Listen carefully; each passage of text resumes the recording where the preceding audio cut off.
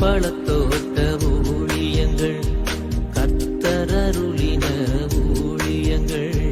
திராட்சை பழத்தோட்ட ஊழியங்கள், கர்த்தரருளின ஊழியங்கள். அவரில் நிலைத்திருந்து கனி கொடுப்போம், கர்த்தர் வாய்க்க செய்வார்.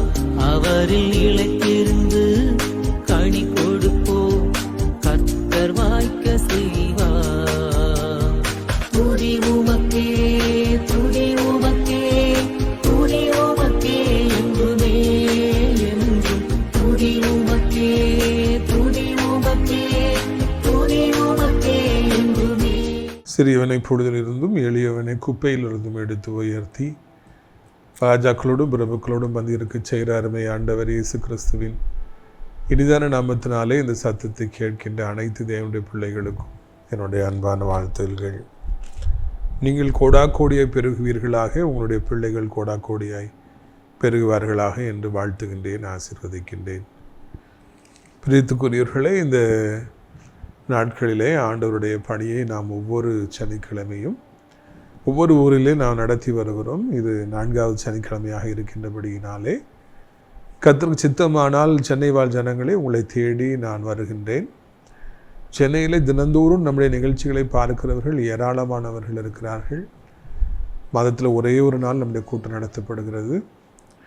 4வது சனிக்கிழமை காலை 10 மணிக்கு பல்லாவரம் ரயில்வே ஸ்டேஷன் உங்களுக்கு தெரியும், தாம்பரத்துலேருந்து பீச் வரைக்கும் இருக்குது. அதில் பல்லாவரம் ரயில்வே ஸ்டேஷன், அதில் இறங்கி பம்மல் ரோட்டில் ஷேர் ஆட்டோவில் வந்தீங்கன்னா முத்தமிழ் நகர் பஸ் ஸ்டாப்பில் சியோன் காம்ப்ளெக்ஸ், அங்கே பின்னால் வந்தீங்கன்னா லிஃப்ட் இருக்கும். 4வது மாடியிலே உங்களுக்காக நான் காத்திருப்பேன். கூட்டத்தின் இறுதியிலே உங்களுக்காக அடியார் தனித்தனியாய் ஜெபிப்பேன் என்பதை உறுதி கூறிக்கொள்கிறேன். சகோதரர் மங்களராஜ் அவர்கள் பல வருடமாக அந்த கூட்டத்தை பொறுப்படுத்தி மிக சிறப்பாக நடத்தி வருகின்றார்கள். தனது குடும்பத்தின் சார்பாக மாதந்தோறும் நல்ல விருந்து அளித்து வருகிறார்கள்.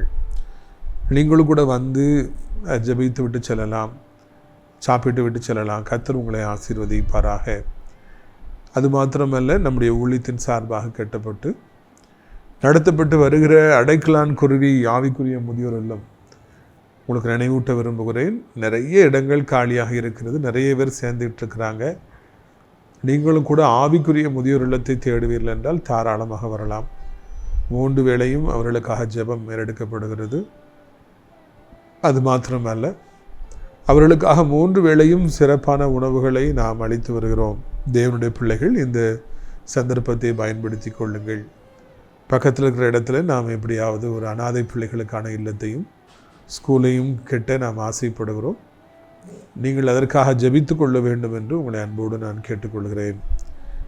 பிரியத்துக்குரியவர்களே, மார்க்கு 8வது அதிகாரம் 1வது வசனத்திலிருந்து வாசிக்க விரும்புகிறேன். அந்த நாட்களில் திரளான ஜனங்கள் கூடி வந்திருக்கையிலே அவர்கள் சாப்பிடுகிறதுக்கு ஒன்றுமில்லாத பொழுது இயேசு தம்முடைய சீசரை அழைத்து, ஜனங்களுக்காக பரிதபிக்கின்றேன், இவர்கள் இப்பொழுது என்னிடத்தில் தங்கியிருந்த 3 நாளாய் சாப்பிட ஒன்றுமில்லாதிருக்கிறார்கள். இவர்களில் சில தூரத்திலிருந்து வந்தவர்களாகையால் நான் இவர்களை பட்டினியாய் வீட்டிற்கு அனுப்பிவிட்டால் வழியில் சோர்ந்து போவார்களே என்றார். திரளான ஜனங்கள் ஆண்டவர் இயேசுவை தேடி வராங்க. அப்போது பெரிய கூட்டம், ஊருக்கு வெளியே இடம். ஆண்டவர் அவங்கள்ட்ட பிரசங்கம் பண்ணிக்கிட்டே இருக்கிறாரு. 3 நாட்கள் ஆண்டவர் தொடர்ந்து பிரசங்கம் செய்கின்றார். அவர்களும் 3 நாட்களில் மெய் மறந்து ஆண்டவருடைய பாதத்திலே தங்கியிருந்தார்களாம். எப்படி தான் ஆண்டவருக்கு அவ்வளவு பலன் இருந்தது, 3 நாள் தொடர்ந்து பேசிகிட்டு இருந்தார்னே தெரியல. கொஞ்சம் பார் எடுத்து ஏதாவது ஒரு காரியத்துக்காக ஜெபித்தால், சத்தமோடு ஜெபித்தால், தொடர்ந்து ஊழியத்தை செய்தால் மிகவும் நான் பலகீனப்படுகிறேன். இப்போ கூட என்கிட்ட பலனே இல்லை. அந்த அளவுக்கு தொடர்ச்சியாக ஊழியங்கள், தொடர்ந்து செய்திகள், தொடர்ந்து பிசாசுகளை துரத்த வேண்டிய நேரங்கள் என்று இருக்கிறபடியினாலே நான் மிகவும் பலகீனப்பட்டு நிற்கின்றேன். ஆனால் இயேசு அப்படி அல்ல. 3 நாட்கள் தொடர்ந்து அவர் பிரசங்கம் செய்து கொண்டே இருக்கின்றார். அந்த அளவுக்கு அவர் வல்லமையானவராக இருக்கிறார். 4000 பேருக்கு மேலே இருக்காங்க. எவ்வளோ சத்தம் போட்டு பேசினா அவங்களுக்கெல்லாம் கேட்டிருக்கோம். அப்போ அவ்வளோ சத்தமாக இடி முழக்க குரலில் ஆண்டவர் அவங்கள்ட்ட பேசுகிறார். இயேசுவை நாம் வருகிற பொழுது, இயேசுடைய ஆவியானவரை நாம் பெற்றுக்கொள்கிற பொழுது எதையும் செய்வதற்கு தேவையான பலனை ஆண்டவர் நமக்கு தருவார் என்பதுதான் முதலாவது நீங்கள் கற்றுக்கொள்ள வேண்டும். இன்றைக்கு நீங்கள் எவ்வளவோ ஒரு பலகீனமான பாண்டமாக இருக்கலாம், ஆண்டவர் உங்களை பலமுள்ள பாண்டமாய் மாற்றுவார். நீங்கள் அறிவே எனக்கு இல்லை என்று சொல்லலாம், ஆண்டவர் உங்களை மிகவும் ஞானமுள்ள ஒரு ஞானியாக மாற்றுவார். பணமே இல்லை என்று சொல்லலாம், ஆண்டவர் உங்களுக்கு எத்தனையோ ஆயிரக்கணக்கான மக்களுக்கு செலவு செய்கின்ற வடிக்கு, உணவு கொடுக்கிற வரைக்கும் ஆண்டவர் உங்களை பலமுள்ளவராய் மாற்றுவார். மோசையை ஆண்டவர் ஊழியத்திற்கு அழைக்கின்றார். அவர் சொல்லுகிறார், ஆண்டவரே, நான் திக்குவாயும் மந்தநாவும் உடையவனாக இருக்கிறேன், எனக்கு பேச வராது என்று சொல்லுகிறார். ஐ ஹவ் நெவர் பீன் எலோக்வென்ட், திக்குவாய், கொன்னவாய் அப்படின்னு சொல்கிறார். ஆனால் அந்த மோசையை ஆண்டவர் பார்த்து சொல்லுகிறார், மாயை உண்டாக்கினவர் நான், நீ வாப்பா அப்படின்னு சொல்லி கூப்பிடுறாரு.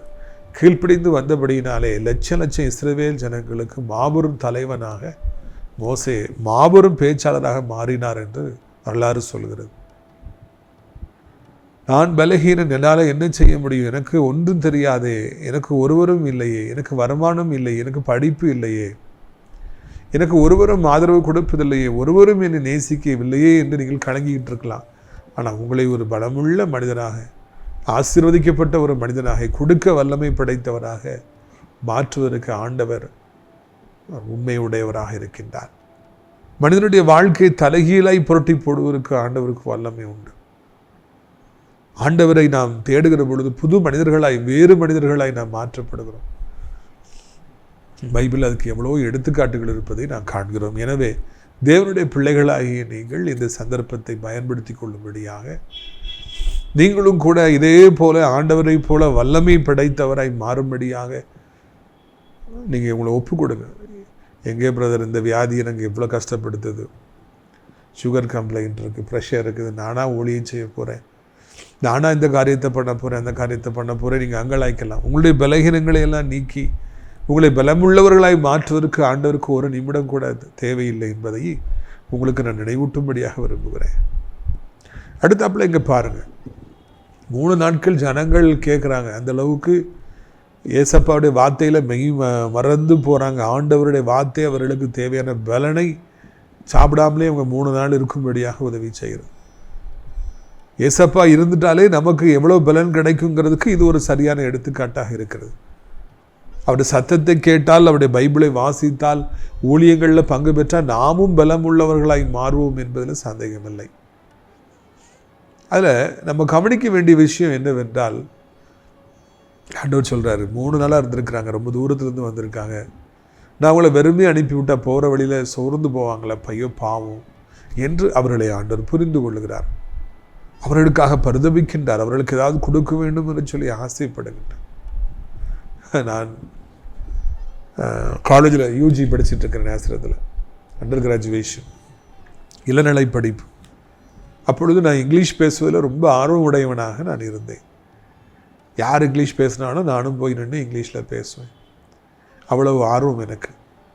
அப்பொழுது ஜெயபாலனை ஹோட்டல் வச்சுருந்தாங்க. அந்த ஹோட்டலில் டெய்லி நைட்டு போய் நான் பரோட்டா சாப்பிடுவேன். மறக்க முடியாத நாட்கள். ஒரு விஷயம் அப்படி சாப்பிட்டு கொண்டிருக்கும் பொழுது வெள்ளைக்காரர் ஒருவர் வந்திருக்கிறார். இங்கே இருக்கிற CSI இன்ஸ்டியூஷனில் ஒரு கூட்டிருக்காங்கன்னு நினைக்கிறேன். லோக்கல் டிரான்ஸ்லேட்டர் ஒரு பையன் இருக்கிறார். அப்போ அவருக்கு சால்னா வச்சு சாப்பாடு பரோட்டா வச்சு கொடுக்குறாங்க. அப்போ அங்கே இருந்தவங்கெல்லாம் வெள்ளைக்கார துறைக்கு வந்து முட்டை கொடுக்கணும், மட்டன் கொடுக்கணும்னு சொல்லி ரொம்ப துடிக்கிறாங்க. துறைக்கு வந்து தெரியாது, இப்படி இங்கே மட்டன் இருக்குது, இங்கே முட்டை இருக்குது, ஆம்லேட் இருக்குது, ஆஃப் ஆயில் இருக்குதுன்னு தெரியாது இல்லையா. உடனே அங்கே இருந்தவங்கெல்லாம் தமிழில் அவருக்கு கொடுங்க, அதை கொடுங்க, இதை கொடுங்கன்னு துடிச்சாங்க. அதை பாராட்டுகின்றேன். உன்னை பொண்ணு அவரை தெரியாது, ஆனால் வெளிநாட்டிலேருந்து ஒருத்தர் வந்திருக்கார், அவர் கொடுக்கணும்னு சொல்லி அவங்க ஆசைப்பட்டாங்க. அதுதான் நல்ல உள்ளம்.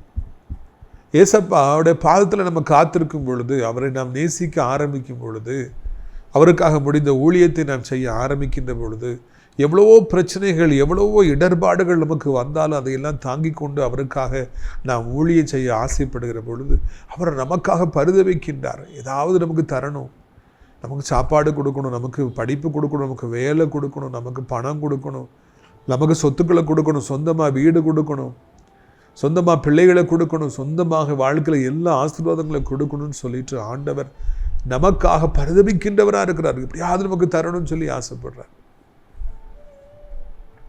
ஒருவேளை அந்த நாளிலே அங்கே இருந்தவர்களுக்காகத்தான் ஆண்டவர் பரிதபப்படுகிறார். சிட்டியில் இருந்தவங்க, அவரை பார்க்காம வந்தவங்களுக்கெல்லாம் அவரை நினைக்கல. ஆனால் அவரை தேடி வந்தவங்களுக்கு ஏதாவது செய்யணும், சாப்பாடு கொடுக்கணும்னு சொல்லி துடித்தாராம். எப்படி அந்த மக்கள் எல்லாம் வெள்ளைக்கார துறைக்கு வந்து எல்லாம் கொடுக்கணும்னு சொல்லி துடிச்சாங்களோ, அதே போல் ஆண்டவரை நாம் தேடுகிற பொழுது அவர் நமக்காக ஏதாவது தர வேண்டும், ஏதாவது செய்ய வேண்டும் என்று சொல்லி ஆசைப்படுகிறவராக இருக்கின்றார். முதலாவது தேவனுடைய ராஜ்யத்தின் நீதியின் தேடுங்கள், அப்பொழுது இவைகள் எல்லாம் உங்களுக்கு கூட கொடுக்கப்படும் என்று வார்த்தை சொல்லுகிறது அல்லவா. நம்ம ஆண்டவரை தேட ஆரம்பிக்கும் பொழுது, அதிகாலமே எழுப்பி ஜெபிக்க ஆரம்பிக்கிற பொழுது, இரவு நேரத்தில் நாம் ஜெபிக்க ஆரம்பிக்கிற பொழுது, நாம் இந்த உலகம் வேண்டாம் என்று ஆண்டவரை தேர்வு செய்து அவருக்கு பின்பாக வர ஆரம்பிக்கிற பொழுது, அவர் நம்மை நேசித்து அந்த அன்பின் நிமித்தமாய் துடிக்கின்றார். என் மகன் சோர்ந்து போயிடக்கூடாது, விலை இல்லாமல் இருந்து சோர்ந்து போயிடக்கூடாது, பணம் இல்லாமல் இருந்து சோர்ந்து போயிடக்கூடாது, பிரச்சனைகள் வந்து அவன் சோர்ந்து போயிடும். அவனுக்கு ஏதாவது நான் செய்ய வேண்டும், உதவி செய்ய வேண்டும், அவனுக்கு ஏதாவது நான் கொடுக்க வேண்டும், அவனுக்கு நல்ல சாப்பாடை கொடுக்க வேண்டும், வாழ்க்கையை கொடுக்க வேண்டும், எதிர்காலத்தை கொடுக்க வேண்டும் என்று நமக்காக பரிதபிக்கின்றவராக இருக்கிறார் என்கிற நல்ல செய்தி நமக்கு கிடைக்கின்றது. நிறைய தலைவர்கள் தங்களுடைய தொண்டர்களை சரி பயன்படுத்தி கொள்வோம், அவங்களுக்கு என்ன செய்யணும்னு சொல்லி சிந்திக்க மாட்டாங்க. தவறல்ல, அதான் அரசியல். ஆனால் நம்முடைய ஆண்டவர் அப்படிப்பட்டவர் அல்ல. அவருக்காக நாம் காலை வைக்க அவருக்காக ஊழியம் செய்ய நமக்கு என்ன நன்மை செய்ய வேண்டும் என்று சிந்திக்கின்றவராக இருக்கின்றார், கொடுக்க வேண்டும் என்று நினைக்கின்றவராக இருக்கிறார் என்பதுதான் நல்ல செய்தி. பிரியத்துக்குரியவர்களே, அப்படிப்பட்ட ஒரு நல்ல ஆண்டவர் இருக்கிறாருங்கிறத உணர்ந்துட்டீங்களா? சோர்ந்து போயிடுவாங்க, உங்களை புரிஞ்சு கொள்கிற ஒரு ஆண்டவர் இருக்கிறாருங்கிறத நீங்கள் அண்டர்ஸ்டாண்ட் பண்ணிட்டீங்களா? அப்படி சொன்ன உடனே அவங்க பதிலுக்கு சீசர்கள் என்ன சொல்கிறாங்க பாருங்கள். மார்க் 8வது அதிகாரம் 4ஆம் வசனம். அதுக்கு அவருடைய சீசர்கள், இந்த வனாந்திரத்திலே ஒருவன் எங்கே இருந்து அப்பங்களை கொண்டு வந்து இத்தனை பேர்களை திருப்தியாக்கக்கூடும்? நீ எங்கே இருந்து அப்பளத்தை கொடுக்க? 4000 பேர் இருக்காங்க, ஆளுக்கு 5 அப்பம் 10 அப்பம் சாப்பிட்டா கூட 40,000 அப்பம் வரும். காட்டுக்குள்ளே இருக்கும், எங்கேருந்து வரும் அப்பம் வரும்? ரொம்ப ப்ராக்டிக்கலாக சொல்கிறாங்க, ரொம்பவும் மூஞ்சில் அடித்த மாதிரி சொல்கிறாங்க. ஆனால் உண்மையை சொல்கிறாங்க. எங்கேருந்து அப்பம் வரும்? இத்தனை பேருக்கு கொடுக்கணும்னா சாதாரண காரியமா? உதகரே உங்களுக்கு தெரியாதா? எங்கே இருந்து இவ்வளோ பணம் வரும், எங்கே இருந்து என்னுடைய வாழ்க்கையில் எனக்கு காசு வரும்னு சொல்லி இன்றைக்கி நிறைய பேர் ஃபீல் பண்ணுறாங்க. எனக்கு ஒரு பெரிய மனிதரை தெரியும், பெரிய பணக்காரராக இருந்தார். கடைசி காலத்தில் பல காரணங்களால் ஏழை ஆகிட்டார். அப்போது குடும்பத்தை நடத்த முடியாத ஒரு சூழ்நிலை. மனைவி பிள்ளைகள் அவர்கிட்ட காசு கேட்பாங்க, இவருக்கோ வருமானம் இல்லை. ஒரு காலத்தில் பணக்காரராக இருந்தது உண்மைதான், ஆனால் இப்போ காசே இல்லை. பிள்ளைங்க மனைவியெல்லாம் காசு கேட்ட உடனே ரோட்டில் கிடக்கு, நான் போய் எடுத்துகிட்டு வரேன். எங்கே போய் நான் எடுக்க முடியும்? இல்லைன்னா மரத்தில் காய்ச்சா கிடக்கு, நான் போய் பறிச்சுட்டு வரதுக்குன்னு சொல்லி அடிக்கடி சொல்லுவார். பணம் எங்கே இருந்து வரும்? இந்த காரியத்தெல்லாம் சரி, இப்போ எங்கே இருந்து பணம் வரும்? இன்றைக்கி இதுதான் கேள்வியாக இருக்குது. எங்கே இருந்து காசு வரும்? சம்பளம் போட்டால் வரும், யாராவது கொடுத்தா கிடைக்கும், இல்லைன்னா எங்கே இருந்து வரும்? சீசர்கள் சிந்தித்து பார்க்கிறார்கள். 4000 பேர் இருக்கிறாங்க, எல்லாத்துக்கும் ஒரு 40,000 50,000 அப்பம் வேணும். 50,000 பரோட்டா வாங்கணும் வைங்களேன், அதுக்கு கிரேவி வைக்கணும், அதுக்கு சுக்கா வைக்கணும், அதுக்கு சால்னா வைக்கணும், வெங்காய பச்சடி வைக்கணும், பாயாசம் வைக்கணும், லட்டு கொடுக்கணும். இதெல்லாம் எங்கேருந்து வரும்? அது காசுலாம் எங்கே இருக்குது அப்படின்னு சொல்லிட்டு அவங்க கேள்வி கேட்குறாங்க. இன்றைக்கி இதுதான் அநேகருடைய கேள்வியாக இருக்குது. எங்கே இருந்து காசு வரும்? தேவையில் இருக்கிற சகோதரா, உங்களுக்காகவே இந்த செய்தி கொடுக்கப்படுகிறது என்று நான் நினைக்கின்றேன். அநேக நேரங்களில் நம்மிடத்தில் பண நெருக்கடி நம்முடைய வாழ்க்கையில் வருகிற பொழுது, மனைவி பிள்ளைகள் பணம் கேட்கின்ற பொழுது, கடன்காரர்களுக்கு வட்டிக்காரர்களுக்கு நாம் கொடுக்க வேண்டிய ஒரு சூழ்நிலை வரும் பொழுது பணம் இல்லை என்றால் நம்ம சொல்கிறோம், எங்கே இருந்து எனக்கு பணம் வரும்? எங்கே இருந்து காசு வரும்? எங்கே இருந்து எனக்கு ஒத்தாசை வரும்? ஒருவரும் இல்லையே, எல்லா பாதைகளுமே அடைக்கப்பட்டிருக்கிறதே என்று சொல்லி நீங்கள் கலங்கி நிற்கலாம். இந்த பாதையில் போயிட்டு இருக்கிற உங்களுக்கு தான் ஆண்டவர் பேசுகிறார். இன்னைக்கு யாட்டெல்லாமோ பணம் கேட்டு உங்களுக்கு பணம் கிடைக்கலையா? யாட்டெல்லாமோ உதவி கேட்டு உங்களுக்கு உதவி கிடைக்கல? கடன் கேட்டு கூட யாரும் தர மாட்டேங்கிறாங்களா? உங்களுக்காய்தான் இந்த செய்தி. உங்களுக்கு ஆண்டவர் தர வேண்டும் என்பதற்காகத்தான் மனிதர்கள் கொடுக்காதபடிக்கு அவர் தடை செய்கிறார். இதுதான் யதார்த்தமான உண்மை. மனுஷங்க உங்களுக்கு உதவி செய்யணும் ஆண்டு விரும்பலை. நான் என் பிள்ளைக்கு கொடுப்பேன், அள்ளி அள்ளி கொடுப்பேன். மனுஷன் கிள்ளி கிள்ளி கொடுப்பான், ஆண்டவர் அள்ளி அள்ளி கொடுப்பான். மனுஷன் கொடுத்தது திருப்பி கேட்பான், பல மடங்கு வட்டியோட கேட்பான். ஆண்டவர் அப்படி அல்ல, இலவசமாய் நமக்கு அள்ளி அள்ளி கொடுக்கின்றவராக இருக்கின்றார்.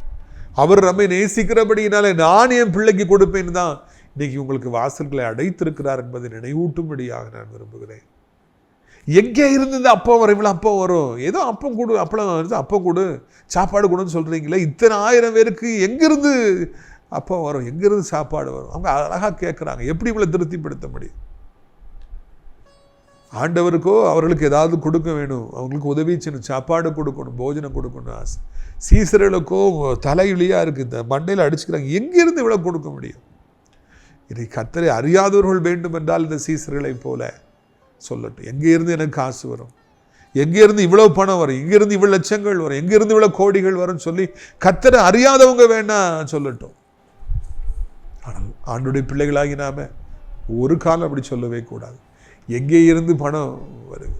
ஒருத்தர் பணக்காராகிட்டான்னு கேட்குறாங்க, அவனுக்கு எங்கேருந்து பணம் வருது? மக்களுடைய கேள்வியை பார்த்தீங்கன்னா எங்கேருந்து அவனுக்கு காசு வருது? ஒரு சிலர் அவங்க எங்கேருந்து பணம் வருதுன்னு கண்டுபிடிச்சதை எப்படியாவது நிப்பாட்டணுமே அப்படின்னு சொல்லிலாம் கேட்குறாங்க. அப்படி தான் இந்த உலகம் இருக்கும். நாம் தான் நீந்தி செல்ல வேண்டும். பிரியத்துக்குரியவர்களே பாருங்கள், 5வது வசனம், மார்க் 8. அதற்கு அவர், உங்களிடத்தில் எத்தனை அப்பங்கள் உண்டு என்று கேட்டார். அவர்கள் 7 அப்பங்கள் உண்டு என்றார். அப்போ ஆண்டவர் கேட்குறாரு, உங்ககிட்ட எவ்வளோ பாருங்க, உங்ககிட்ட அப்பங்கள் இருக்கா, மீன்கள் இருக்கா? 7 அப்பங்கள் இருக்குப்பா.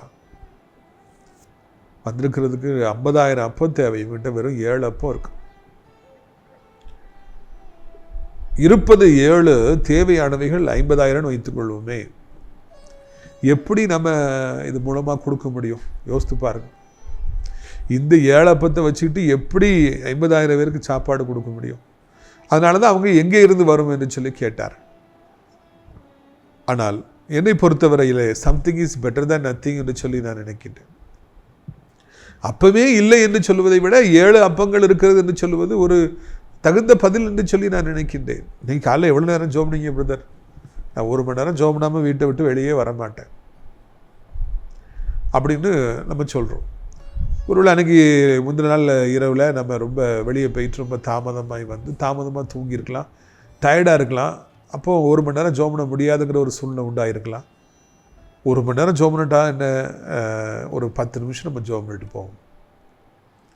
ஒரு 10 நிமிடம் ஆண்டவருக்கு துதி பலிகளை ஏறெடுத்து நன்றியோடு ஆண்டவரை துதித்து அந்த நாளை ஒப்பு கொடுத்து, என்னை பாதுகாத்துக்கொள்ளி, என் குடும்பத்தை பாதுகாத்துக்கொள்ளி, என்னை நடத்தும், எனக்கு போதுமானவராக இருந்தருன்னு சொல்லி நம்ம ஜோம் பண்ணிட்டு அதுக்கு பிறகு வந்தோன்னு வைங்களேன், அதனால் ஆசீர்வாதமாக இருக்கும் இல்லையே. 1 மணி நேரம் ஜோம் பண்ணணும்னு நினைப்பேன், 1 மணி நேரம் இல்லையே, 10 நிமிஷம் தானே இருக்குது, ஜோம் பண்ண வேண்டாம் அப்படின்னு சொல்லி நம்ம நினச்சோன்னா அந்த நாள் வெறுமையான நாளாகவே இருக்கும்.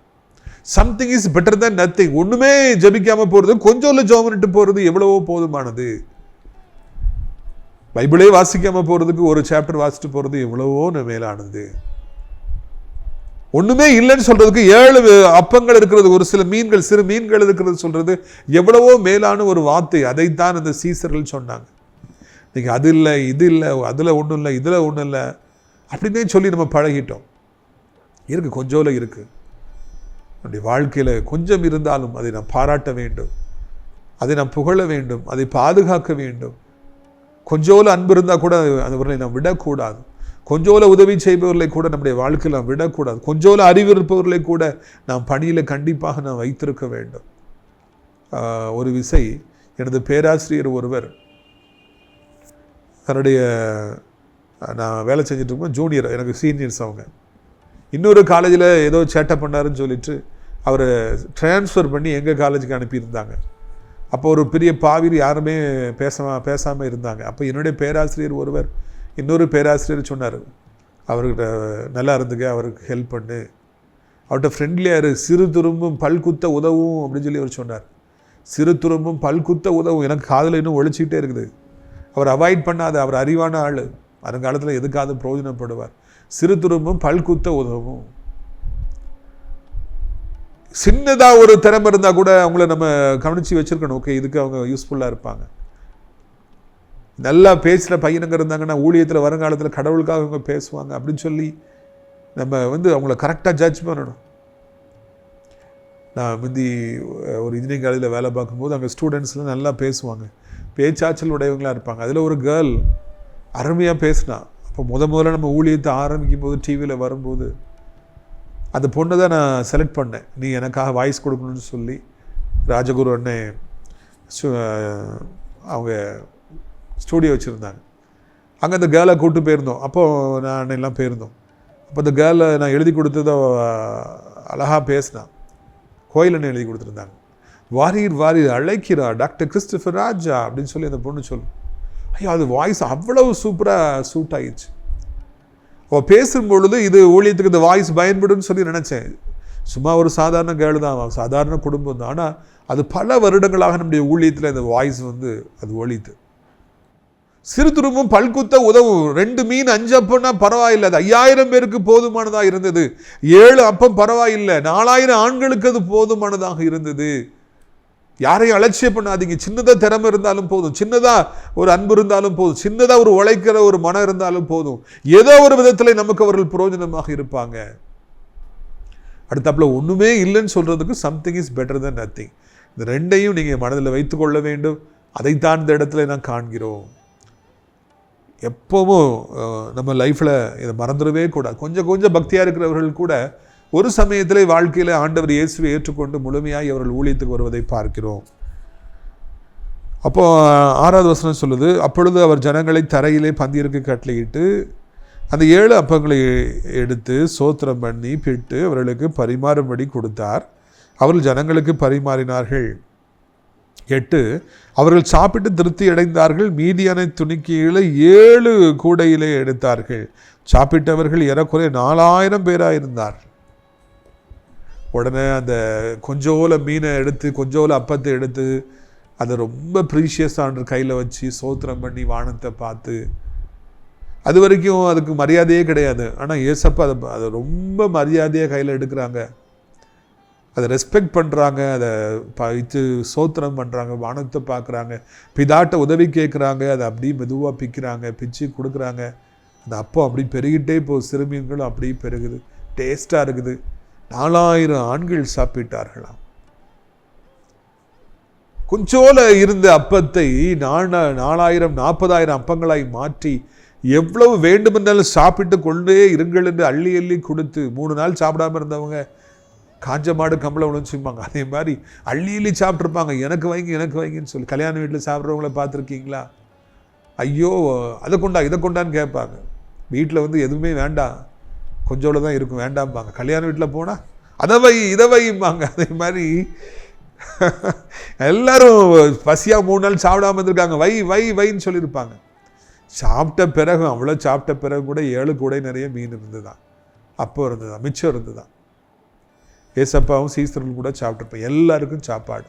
எங்கே இருந்து வந்தது இந்த 7 கூடை நிறைய மீன்கள்? எங்கே இருந்து வந்தது? அப்பங்கள் எங்கே இருந்து வந்தது?